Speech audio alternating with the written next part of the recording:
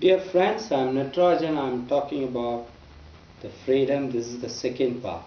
We talked about camel, lion and the child stages in brief. There is need to go in depth about these three stages. The stage of the camel, assimilation, is just like a child in the womb who does nothing but assimilate, just eats. The mother gets bigger and bigger, is getting ready for the final plunge to move into the world. There is no other work for the child during these 9 months except eating and sleeping. Now the child is born. For months he'll be doing the same thing, eating and sleeping. Slowly sleeping will reduce and eating will also become less. He is now ready to become an individual, and the moment he becomes ready to be an individual, disobedience enters. The child starts saying no, yes, saying by and by disappears. Obedience dies, disobedience is born. The state of the camel is a state of assimilation. The camel does not know how to say no. The camel is not acquainted with the no. He has not heard the word and he has not tasted the joys of saying no. He only knows yes. His yes cannot be very deep, because without knowing no, your yes cannot be very deep. It has to remain superficial. The man who has not known no, how can he really know yes? His yes will be impotent. The camel's yes is impotent. The camel does not know what's happening. He goes on saying yes because that's the only word that he has been taught. Obedience, belief, these are the characteristics of the stage called camel. Adam was in this state before he ate the fruit of the tree of knowledge, and each human being passes through this state. Nobody is exception. This is a state which is pre-mind and pre-self. There is no mind yet. The mind is growing, but it's not complete as a phenomenon. It is very vague, ambiguous, dark, nebulous. The self is on the way, but still is only on the way. There is no clear-cut definitions of it. The child does not know himself as separate yet. Adam, before he ate the fruit, was part of God. He was in the womb. He was obedient, sayer,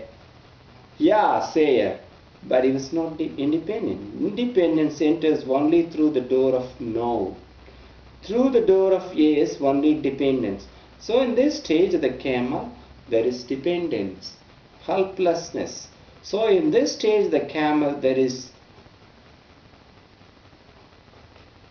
God is more important, Father is more important, everybody is important than your own being.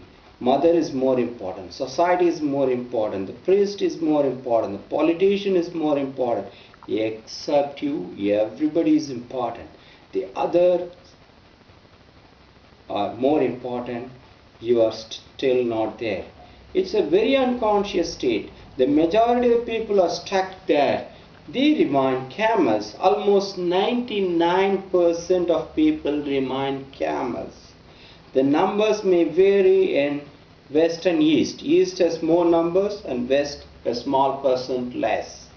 This is a very sad state of affairs, that 99% of human beings remain as larvae, not even thinking about caterpillar stage and the butterfly stage.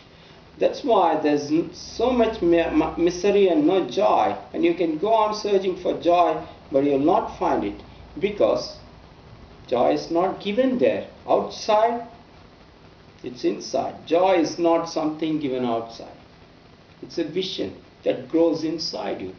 It's possible only in the third stage. We'll come to that later. The first stage is of misery and the third stage is of bliss. And between the two is the state of the lion, which is sometimes miserable and sometimes pleasant, sometimes painful and sometimes pleasurable. At this stage of the camel, you are parrots. You are just memories, nothing else. Your whole life consists of beliefs given to you by others. This is where you will find the Christians and the Mohammedans and the Hindus and Buddhists. This is where you are bound by nationalities. This is where in India or in Asia you are bound by caste communities. The people praying in the temples and the churches are under the influence of belief of others. They don't know what God is. They have never felt anything like that. They only believe what others say. They are not still out of the unconscious. They are not out of their sleep. I am not saying belief is not necessary or this stage is not necessary. It is necessary, but once it is complete, one has to jump out of it. One is not here to remain a camel forever. In the first stage, everybody has to be a camel. Yes, saying, believing, whatsoever is given, assimilating, digesting, but this is only the beginning of the journey. This is not the end. The second stage is difficult. That's why the transition is very limited in numbers. The first stage, society gives you. That's why there are millions of camels and very few lions. Society leaves you when you have become a perfect camel. Beyond that, society cannot do anything. It is there that the work of society ends. The society, the school, the college, the university, it leaves you a perfect camel with a certificate. A lion, you have to become on your own. There is nobody to help you.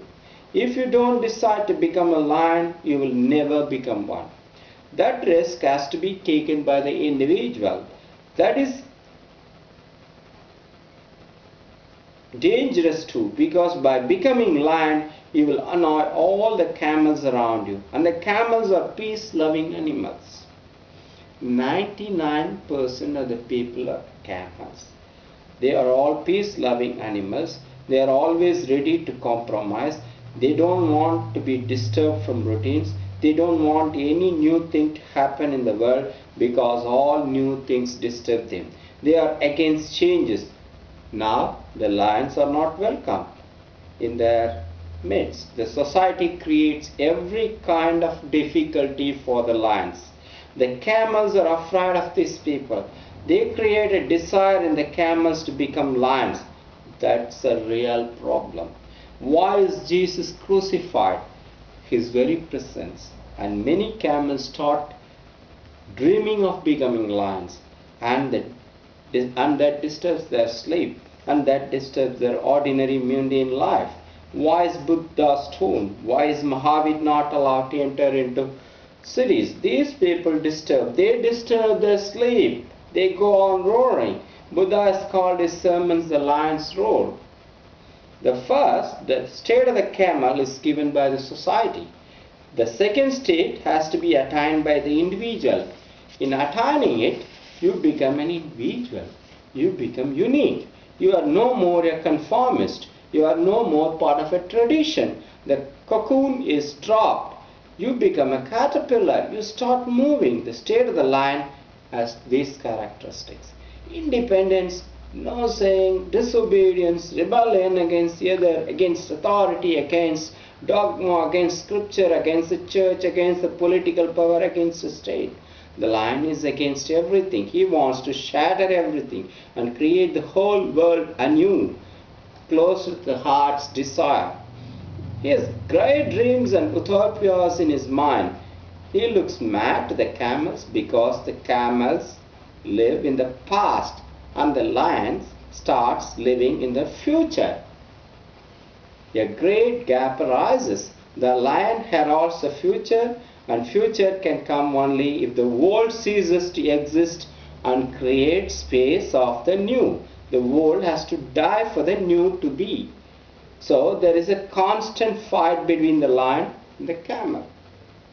And the camels are the majority. The lion happens once in a while. The lion is an exception, and the exception only proves the rule. Disbelief is his characteristic. Doubt is his characteristics. Adam eats the fruit of the tree of knowledge. Mind is born.